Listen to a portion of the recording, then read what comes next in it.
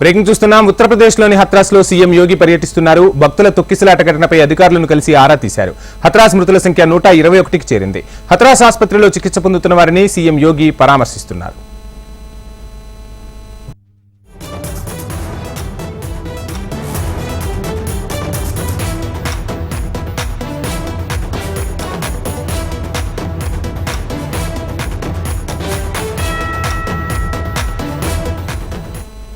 ఉత్తరప్రదేశ్లోని హత్రాస్లో సీఎం యోగి పర్యటిస్తున్నారు. ఇక యోగి పర్యటనకు సంబంధించి అదేవిధంగా తొక్కిసలాట ఘటనకు సంబంధించి ఓవరాల్ డీటెయిల్స్ మా ప్రతినిధి శిరీష్ అందిస్తారు. శిరీష్.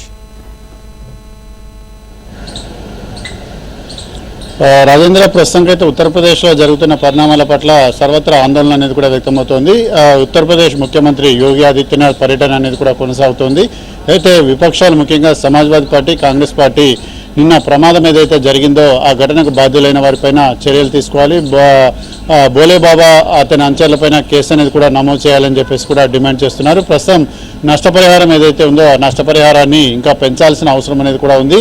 వాళ్ళపైన క్రిమినల్ కేసులు అనేవి కూడా పెట్టాలి. 80,000 మందికి పర్మిషన్ తీసుకుని 2 లక్షల మందిని ఏ విధంగా సభాస్థలి దగ్గరికి అనుమతిస్తారు, ఆ తర్వాత ఎందుకు చర్యలు అనేవి కూడా చేపట్టలేదు, ఈవెన్ పోలీసులను కూడా లోపలికి అనుమతించకుండా ఆర్గనైజర్స్ ఎందుకు అడ్డుకున్నారు, సో ఈ ఘటనమైన మొత్తం మీద కూడా విచారణ అనేది కూడా జరగాలని చెప్పేసి కూడా డిమాండ్ చేస్తున్నారు. యోగి ఆదిత్యనాథ్ పర్యటించిన తర్వాత దీనిపైన ఒక నిర్ణయం అనేది కూడా తీసుకునే అవకాశం కూడా ఉంది. 5 సభ్యులతో ఒక కమిటీ అనేది కూడా ఏర్పాటు చేయాలని చెప్పేసి పిటిషన్ కూడా దాఖలు చేయడం జరిగింది. Thank you Sirish.